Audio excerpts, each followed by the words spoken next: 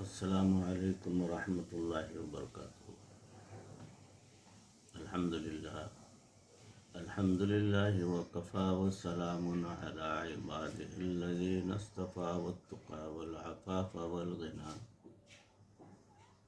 اما بعد فقد قال اللہ تبارک وتعالی فی القرآن المجید والفرقان الحمید، فاعوذ باللہ من الشیطان الرجیم، بسم اللہ الرحمن الرحیم۔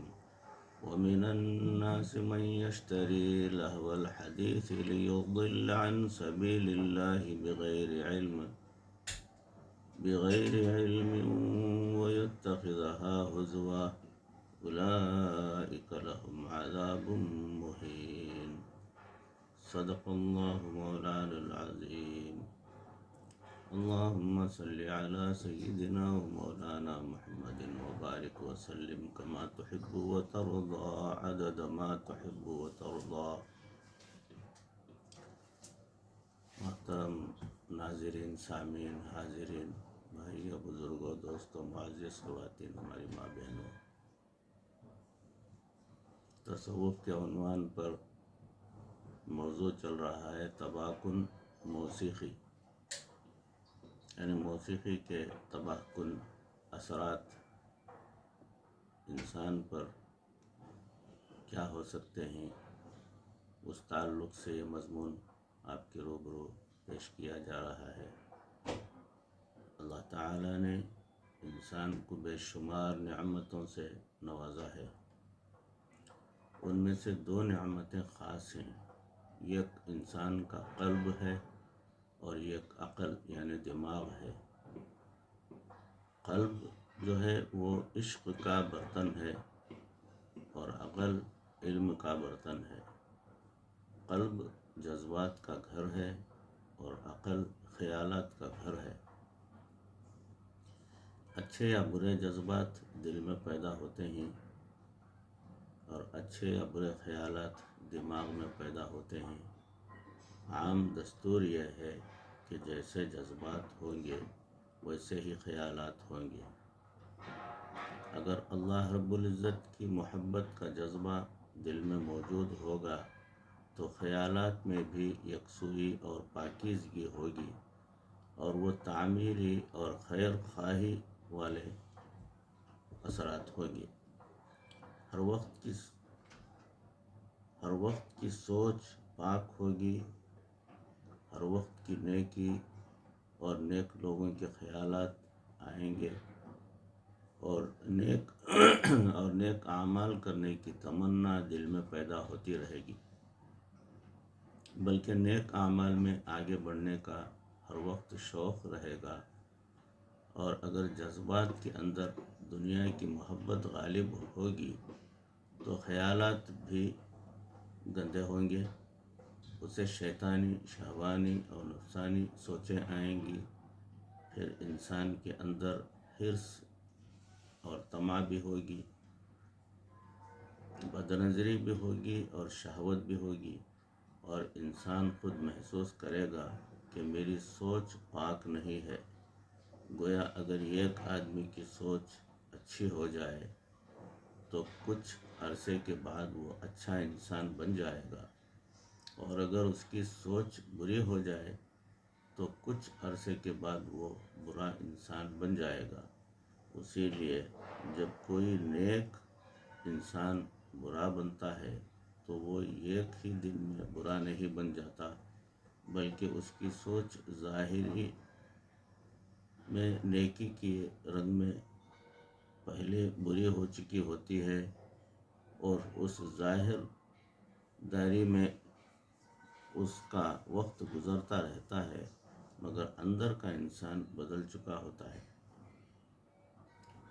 قلب کو انسانی جسم میں ایک مرکزی حیثیت حاصل ہے، اسی لیے نبی کریم صلی اللہ علیہ وسلم نے ارشاد فرمایا، ان فی جسد بنی آدم لمضغۃ اذا صلحت صلح الجسد کلہ واذا فسدت فسد الجسد کلہ الا وہی القلب۔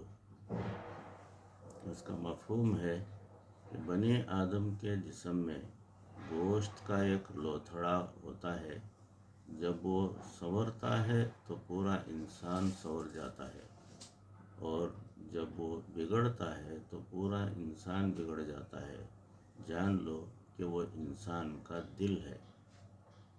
عشق کا تعلق انسان کے دل کے ساتھ ہے، اسی لیے انبیاء کرام نے دنیا میں آ کر قلب کو ہی اپنی محنت کا میدان بنایا، لیکن اگر قلب سنور گیا تو شاخیں بھی، یعنی باقی اعضاء خود بخود سنور جائیں گے۔ عقل اور دماغ کے بارے میں انسان کو اچھی طرح سمجھنے کی ضرورت ہے۔ یہ ذرا مشکل موضوع ہے، چونکہ مجھے پڑھے لکھے لوگ نظر آ رہے ہیں، اس لیے دل میں بات آ رہی ہے کہ میں ذرا اس عنوان کو کھولوں۔ حدیث پاک میں آیا ہے، اول ما خلق اللہ العقل، اللہ تعالیٰ نے سب سے پہلے عقل کو پیدا کیا۔ اللہ تعالیٰ ارشاد فرماتے ہیں، ان فی ذلک لذکریٰ لأولی الالباب، اس میں عقل والوں کے لیے نصیحت کی باتیں ہیں۔ ایک اور مقام پر فرمایا، افلا تعقلون، کیا تم عقل نہیں رکھتے؟ ایک مرتبہ نبی صلی اللہ علیہ وسلم نے ارشاد فرمایا کہ قبر میں سوال پوچھنے کے لیے منکر نکیر آئیں گے۔ حضرت عمر رضی اللہ تعالی عنہ نے پوچھا، اے اللہ کے نبی صلی اللہ علیہ وسلم، کیا وہاں عقل سلامت ہوگی یا نہیں؟ فرمایا، ہاں، عقل سلامت ہوگی۔ انہوں نے عرض کیا، پھر کچھ پرواہ نہیں۔ عقل کیا چیز ہے؟ عقل سوچنے کی ایک مشین ہے، جیسے کمپیوٹر میں میتھ کو پروسیسر ہوتا ہے، پروگرام میں کوئی بھی ایکویشن ہو تو اس کی طرف بھیج دی جاتی ہے اور وہ اس ایکویشن کو حل کر کے واپس بھیج دیتا ہے۔ اسی طرح اگر آپ دماغ کو کوئی خیال دے دیں تو وہ اس کے تانے بانے جوڑنا شروع کر دیتا ہے۔ اس خیال پر پہرا بٹھانا آپ کا کام ہے۔ اسی طرح مومن اپنے دماغ کے اوپر دل کا پہرا بٹھاتا ہے، جو اچھے خیالات ہوں ان کو دماغ میں جانے دیتا ہے اور جو برے ہوں ان کو جھٹک دیتا ہے۔ اللہ تعالیٰ نے خیالات کا نظام کچھ ایسا بنایا ہے کہ یہ از خود انسان کے ذہن میں آتے رہتے ہیں۔ یہ اللہ تعالیٰ کا بنایا ہوا نظام ہے اور اس میں انسانیت کے لیے بہت فائدے ہیں۔ مثال کے طور پر آپ گھر سے سبزی لینے کے لیے چلے اور راستے میں آپ کو آپ کا پرانا دوست مل گیا۔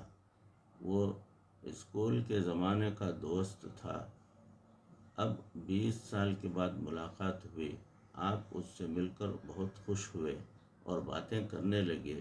اب ان باتوں کے دوران تھوڑے تھوڑے وقفے سے آپ کے ذہن میں یہ خیال آتا رہے گا کہ آپ کو سبزی لینی ہے، اب سبزی کے لیے جانا ہے، آپ کو سبزی لینی ہے۔ اگر وہ سبزی لینے کا خیال آپ کے ذہن سے نکل جاتا تو آپ گھنٹوں اس کے ساتھ بیٹھے رہتے، گپیں مارتے، چائے پیتے، اور جب شام کو گھر جاتے تو تب پتہ چلتا کہ میں تو گھر سے سبزی لینے کے لیے نکلا تھا اور میں نے کیا کر دیا۔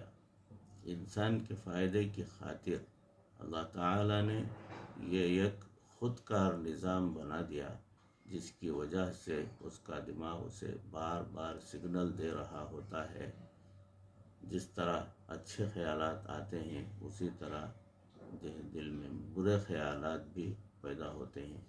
شریعت مطہرہ نے ایک بہت ہی خوبصورت اصول بتا دیا کہ برے خیالات کا آنا برا نہیں ہے، کیونکہ اس پر پکڑ نہیں ہے۔ اب برے خیالات کو خود ارادے کے ساتھ لانا، دل میں جمانا اور اس سے لطف اندوز ہونا برا ہے۔ لہذا ہمیں چاہیے کہ ہم اچھے خیال کو ذہن میں لائیں اور برے خیال کو ذہن سے دور کریں۔ اب اس کی مثال ایسی ہے جیسے کسی چوراہے پر کھڑے کسی پولیس والے کی ہوتی ہے۔ کہیں سے ٹرک آ رہا ہوتا ہے، کہیں سے کار آ رہی ہوتی ہے، کہیں سے گدھا گاڑی جا رہی ہوتی ہے، مگر سب ٹریفک کو چلتا کرتا رہتا ہے اور وہ ہجوم نہیں لگنے دیتا۔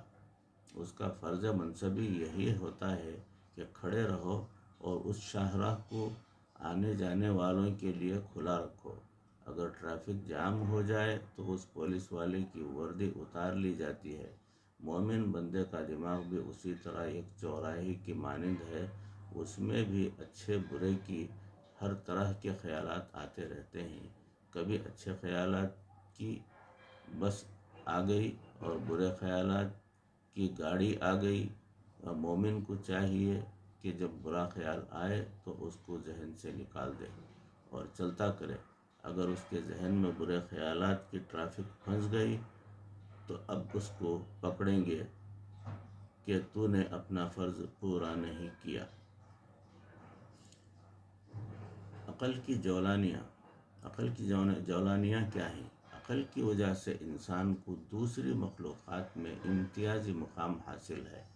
مثال کے طور پر پہلا یوں دیکھنے کو تو ہاتھی سب سے زیادہ طاقتور ہے، لیکن انسان عقل کے زور پر ہاتھی کو بھی اپنا ماتحت بنا لیتا ہے۔ اور دوسرا شیر جرأت، شجاعت اور طاقت میں انسان سے بہت آگے ہے، مگر عقل کی بنیاد پر انسان اس کو بھی لگام ڈال دیتا ہے۔ اس عقل کو استعمال کر کے انسان نے ہوا میں اڑنا سیکھا، ورنہ کہاں انسان اور کہاں پرواز۔ پرندہ تو ہوا میں اڑتا ہوا ہلتا بھی ہے، مگر جہاز ہلتا بھی نظر نہیں آتا۔ جیسے کوئی چیز ہوا کے اندر تیر رہی ہوتی ہے، اسی طرح ہوائی جہاز بھی چل رہا ہوتا ہے۔ اگر کوئی بندہ جہاز میں بیٹھا ڈرائنگ بنا رہا ہو تو اس کو جھٹکا بھی محسوس نہیں ہوتا۔ یہ عقل کی جولانیاں ہیں۔ چوتھا، اسی عقل کی وجہ سے انسان نے سمندر کی گہرائیوں کو ناپا۔ جتنے زمین سے اوپر ہمیں عجائبات نظر آتے ہیں، سائنسدانوں کی دریافت کے مطابق اس سے زیادہ عجائبات زمین کے نیچے ہیں۔ اگر کسی کو سمندر میں جانے کا موقع ملے تو دیکھ لے گا کہ وہاں تو دنیا ہی انوکھی ہے۔ تو یہ عقل ہی ہے کہ جس نے انسان کو دنیا میں یہ سب مادی نعمتیں عطا کی۔ یہ عقل دنیا کی ہر چیز کو سمجھنے کی صلاحیت رکھتی ہے۔ اللہ تعالیٰ ارشاد فرماتے ہیں، سخر لکم ما فی السماوات وما فی الارض، اور جو کچھ آسمان اور زمین کے درمیان ہے وہ ہم نے تمہارے لیے مسخر کر دیا ہے۔ کیا مطلب یہ ہے کہ تمہیں اس کو سمجھنے کی صلاحیت عطا کر دی گئی ہے۔ پانچواں، شیر جنگل کا بادشاہ ہے اور فقط گوشت کھاتا ہے۔ ہاتھی اتنا بڑا جانور ہے اور فقط سبزہ کھاتا ہے۔ شیر نے گوشت بھی کھایا تو آج تک اس نے کبھی بھون کر نہیں کھایا، بلکہ کچا چبایا۔ اس کو نہ نمک کا پتہ ہے اور نہ مرچ کا پتہ ہے۔ اور حضرت انسان کو دیکھو کہ ماشاء اللہ گوشت بھی کھاتا ہے تو کیا کیا۔ جی یہ سیخ کباب ہیں، یہ تکے بنے ہوئے ہیں، یہ سوپ بنا ہوا ہے، یہ قیمہ بنا ہوا ہے، یہ سبزی میں گوشت ملایا ہوا ہے، ہم نے یہ پوری ران بھونی ہوئی ہے، یہ مندی ہے۔ واہ میرے مولا، مندی بھی کیا چیز ہے۔ مندی کیا چیز ہوتی ہے، اس کی لذت ہی کچھ اور ہے۔ افغانستان کے لوگ پورے جانور کو ذبح کرنے کے بعد اندر سے صفائی کر کے اس کو کھال کے اندر ڈال کر انگاروں کے اندر رکھ دیتے ہیں اور اس کو زمین کے اندر دبا دیتے ہیں یا تنور کے اندر رکھ دیتے ہیں۔ اللہ کی شان کہ نمک اور مرچ اس کے اندر تک رچ بس جاتی ہے اور یہ ایسا لگتا ہے کہ بندہ اس کو ہاتھ سے آرام سے توڑ کر کھا سکتا ہے۔ چنانچہ ایک جگہ دعوت کی گئی تو میزبان نے ایک گائے ذبح کی اور کھال اتار کر اس کے پیٹ کی پوری صفائی کر کے اس کو اتنے بڑے اوون یعنی چولہے میں کے اندر ڈال دیا۔ وہ گائے اس کے اندر گھومتی رہی اور پکتی رہی۔ جب پوری گائے پک گئی تو اس کو اسی طرح لا کر انہوں نے سب کے سامنے لٹکا دیا۔ انہوں نے پیچھے سے آگے تک ایک موٹا سریا ڈالا ہوا تھا اور اس سریے کے اوپر گائے کو لٹکا دیا گیا تاکہ آدمی جا کر جہاں سے چاہے کاٹے اور کھائے۔ چنانچہ کوئی ران کا گوشت کاٹ کر لا رہا ہے اور کوئی شانے کا۔ اللہ تیری شان ہی بڑی عجیب نرالی ہے کہ پوری گائے کو اس طرح پکانا فقط انسان ہی کا کام ہے۔ انسان کو عقل کی وجہ سے نئی نئی چیزیں سوچتی رہتی ہیں۔ آخر انسان نے 12 مصالحے بنا ہی دیے۔ کیا چٹنیاں، کیا کیچپ، یہ اچار ہے۔ شیر بیچارے کو اچار کا کیا پتہ، اس نے تو کیا اس کے باپ کو بھی یہ نام نہیں معلوم۔ آج کے زمانے میں سائنسی تحقیقات بہت زیادہ ہو چکی ہیں۔ ڈاکٹروں نے انسان کے دماغ کو سمجھنے کے لیے دن رات ایک کر دیا ہے اور اس کی بہت ساری تفصیلات کو سمجھ لیا ہے۔ چنانچہ آج میڈیکل کے اندر دماغ کے بارے میں اتنی بڑی تفصیلات پڑھاتے ہیں کہ پڑھنے والے تھک جاتے ہیں۔ بھائیوں، بزرگوں اور دوستوں عزیزوں، موضوع تباہ کن موسیقی سے متعلق شروع ہوا ہے۔ انشاءاللہ اس کی اگلی کڑی اگلی نشست میں آپ حضرات کے روبرو پیش کرنے کی کوشش کروں گا۔ اللہ رب العزت کہی سنی باتوں کو، اس عاجز کو بھی، آپ تمام کو بھی سن کر سمجھ کر عمل کرنے کی توفیق عطا فرمائے، دنیا اور آخرت بہتر فرمائے، مرتے دم تک کسی کا محتاج نہ بنائے، ایمان پر ہمارا خاتمہ فرمائے۔ وآخر دعوانا ان الحمدللہ رب العالمین۔ السلام علیکم ورحمۃ اللہ وبرکاتہ۔